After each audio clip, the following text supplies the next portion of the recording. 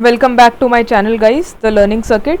आज की जो हमारी वीडियो होने वाली है वो होने वाली है MPH 003 यानी कि दी इलेक्ट्रोमैग्नेटिक थ्योरी पे।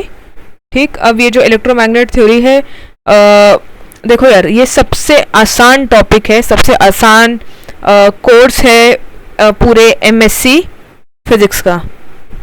और ये आसान इसलिए है क्योंकि इसके अंदर दो ही टॉपिक्स, बेसिकली दो ही हमको ब्लॉक्स कवर करने हैं। तो इसमें हमारे दो ब्लॉक्स आने वाले हैं, एक है हमारा इलेक्ट्रोस्टैटिक्स, एक है हमारा मैग्नेटोस्टैटिक्स। ठीक है, और ये वो टॉपिक्स हैं जो हमने 10th में भी पढ़े थे, 12th में भी पढ़े हैं, BSc में भी हमने इसका अच्छा खासा एक बेसिकली इससे हमने डील कर रखा है। ठीक है, तो अगर मैं इसके बेसिक्स के बारे में बता दूं तो ये चीज़ ध्यान रखना कि ये 25 मार्क्स का पेपर होने वाला है। ठीक, जिसमें से आपको 10 मार्क्स चाहिए, 10th नहीं बचा, 10 नंबर्स चाहिए। ये है मिनिमम आपका पासिंग। ये होगा 1 आवर 30 मिनट्स का पेपर। ठीक है, इसको आपको क्लब करके दिया जाएगा, यानी कि MPH 002 एंड M03 ये जो है दोनों होते हैं सेम डे पे। ठीक है, और टोटल टाइम जो आपको उस दिन मिलता है वो मिलता है 3 आवर्स का, जिसमें से 1.5 आवर्स इस पे एंड 1.5 आवर्स इस पे। टाइम मैनेजमेंट आपको करना है, अपने हिसाब से मैनेज करना है। ठीक है, टीचर्स आपको नहीं बताएंगे कि अब आप इसको छोड़ो, ये कर लो। आपको एक ही साथ 2 शीट्स दे दी जाएंगी, एक पे आप MPH 02 अटेम्प्ट करोगे, एक पे आप MPH 003 अटेम्प्ट करोगे। ठीक है, टाइम मैनेजमेंट करके चलना। अब हम आते हैं इसके इम्पॉर्टेंट टॉपिक्स पे। तो इसके इम्पॉर्टेंट टॉपिक्स की अगर हम बात करें तो सबसे पहले हम आ जाते हैं ब्लॉक 1 पे। ब्लॉक 1 जो है वो पूरा इलेक्ट्रोस्टैटिक्स है। ठीक है, अब इलेक्ट्रोस्टैटिक्स में अगर मैं यूनिट नंबर 1 की बात करूं तो वो है इलेक्ट्रोस्टैटिक्स इन फ्री स्पेस। ये कर लो, क्योंकि इसको कर लोगे तो आपका एक बेस बन जाएगा। बेस बन जाएगा तो आपको आगे आने वाले टॉपिक्स समझ आ जाएंगे। ठीक है, और इसमें से भी अगर इम्पोर्टेंट पूछोगे तो इसमें भी इम्पोर्टेंट है इलेक्ट्रिक फील्ड कर लेना। ठीक है, इलेक्ट्रिक पोटेंशियल कर लेना, बहुत इंपॉर्टेंट है। पोटेंशियल पे क्वेश्चन आ रखा है और आने के भी चांस है। और अगर आप बोलो कि मैम अगर इसमें से एक ही टॉपिक करके जाना है तो क्या किया जाए, तो मैं आंख बंद करके बोल दूंगी कि कुछ नहीं आता तो कम से कम गॉस लॉ करके चले जाओ। और गॉस लॉ के भी स्पेशली आपको क्या करना पड़ेगा, एप्लीकेशंस इसके 3 जगह दे रखे हैं, एक स्पेरिकल सिमेट्री में, एक सिलेंड्रिकल सिमेट्री में, एक प्लानर सिमेट्री में। ये 3 कर लिए तो चांसेस इससे आने का क्वेश्चन, मतलब चांसेस हैं कि इससे आपका क्वेश्चन आपको मिल जाए। नेक्स्ट हम आते हैं यूनिट नंबर 2 पे। यूनिट नंबर 2 भी इजी है। यूनिट नंबर 2 का भी जो है पॉइजन्स इक्वेशन है, basically Laplace and Poisson's equation है इसमें। ठीक है, लैप्लेस एंड पॉइजन्स आप कर लोगे तो ये बाकी MPH में भी काम आएंगी। अब इसमें भी बहुत इंपॉर्टेंटली क्या करना है, तो बहुत इंपॉर्टेंटली करना है आपको बाउंड्री वैल्यू। मैं कोशिश करूंगी कि इनके वीडियोस में जल्दी डाल दूं। ठीक है, मेरा कोशिश रहेगा कि आपको इन्हीं चैप्टर के SAQ और TQ की भी सॉल्व वीडियो मिल जाए, क्योंकि मुझे जब मैं खुद कर रही थी SAQ TQ तो मुझे उनको समझने में बड़ी दिक्कत आ रही थी। तो अगर ये मिल जाएगा तो अगर आप ये भी कर लेते हो तो आप एक ठीक ठाक नंबर बना लोगे। ठीक है, नेक्स्ट हम आ जाते हैं यूनिट नंबर 3 पे, जो कि है स्पेशल टेक्निक्स का।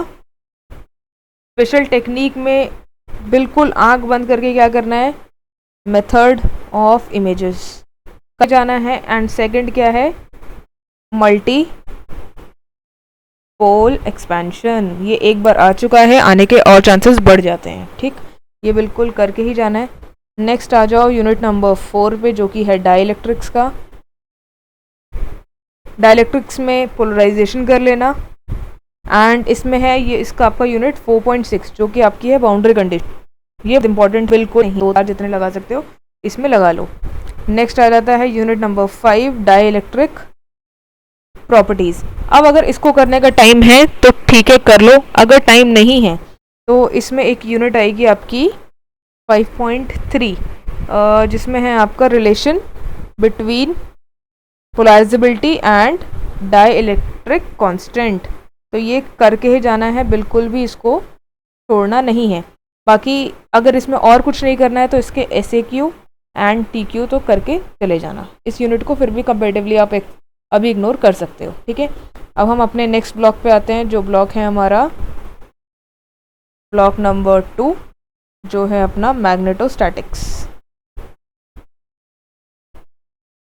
ये भी one of the easiest block है, इसमें भी ज़्यादा दिमाग नहीं लगता, जितने मिनिमम काम से काम चल जाए, ठीक है। यूनिट 6 की बात करते हैं, इसमें यूनिट 6 से स्टार्ट होता है। यूनिट 6 में आता है आपका पहला चैप्टर मैग्नेटिक फील्ड का। तो ये बिल्कुल ईजीएस्ट चैप्टर है, ठीक है, इसको कर लेना, इसको छोड़ना नहीं। इसमें भी सबसे इम्पॉर्टेंट क्या है, ये है आपका multipole expansion, multipole expansion of किसका, वेक्टर पोटेंशियल, बिल्कुल करके जाना है, ठीक है। नेक्स्ट है यूनिट नंबर 7 से अगर हम बात करें तो मैग्नेटिक प्रॉपर्टीज़ की बात आ जाती है, किसके, मटेरियल के, ये करके चले जाना। और इसमें भी स्पेशली क्या करना है, टॉपिक कौन सा है, 7.2 टॉपिक जो है वो इम्पॉर्टेंट है, एंड 7.3 टॉपिक जो है, जो कि आपका टॉर्क ऑन करंट लूप, बहुत इम्पॉर्टेंट है, इसको करके जाना है। इसको गलती से भी मत छोड़ देना, क्योंकि चांसेस बहुत ज़्यादा हैं इसके अभी आने के, ठीक है। नेक्स्ट हम यूनिट नंबर 8 की बात करते हैं। यूनिट नंबर 8 है अपना फेरोमैग्नेटिज्म, बिल्कुल करके जाओ, छोड़ना नहीं है। अच्छा, यूनिट नंबर 7 में, यूनिट 7 में एक टॉपिक इंपॉर्टेंट और रह गया, जो है अपना मैग्नेटिज्म एंड पैरामैग्नेटिज्म। इसमें क्वेश्चन आ सकता है डायमैग्नेटिज्म होता क्या है, पैरामैग्नेटिज्म होता क्या है, ये डायमैग्नेटिक और पैरामैग्नेटिक और फेरोमैग्नेटिक में डिफरेंस है, मतलब एक तरह से रटे रटाए क्वेश्चन है जो आप बिल्कुल देख सकते हो, ठीक है। यूनिट नंबर 8 की जो हम बात कर रहे थे, 8 में भी एक टॉपिक है 8.4 रिलेशन है, जिसमें B एंड H दे रखा है मैग्नेटिक मटेरियल्स के, करना ही करना है, इसको छोड़ना नहीं है।